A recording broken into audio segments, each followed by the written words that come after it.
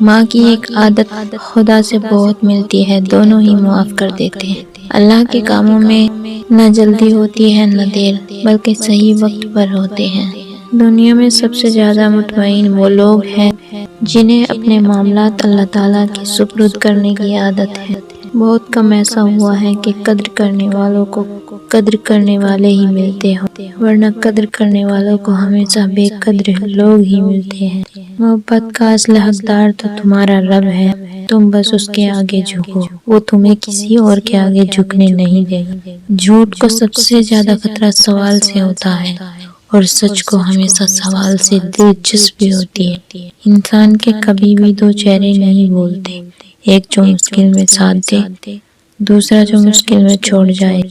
اتنا خدا نہیں آزماتا جتنا لوگ آزماتے ہیں۔ اگر لوگوں کو اپنے قریب کرنا چاہتے ہیں تو اپنے دکھ اس سے دور رکھو۔ یا اللہ، تو میری امید نہیں تو میرا یقین ہے۔ کسی کا حق کھا کر انسان دنیا میں تو خوش رہ سکتا ہے، لیکن روز محشر ہی اس کے گلے کا توق ہوگا۔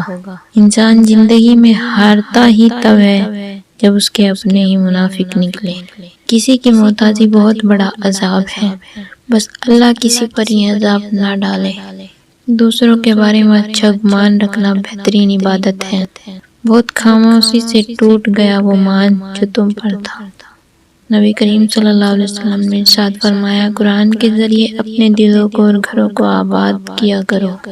ہر بندے کو اللہ تعالیٰ کا پیغام ہے کہ اے ابن آدم، تو میرے ضرورت مند بندوں پر اپنی کمائی خرچ کر، میں اپنے خزانے تجھ کو دیتا رہوں گا۔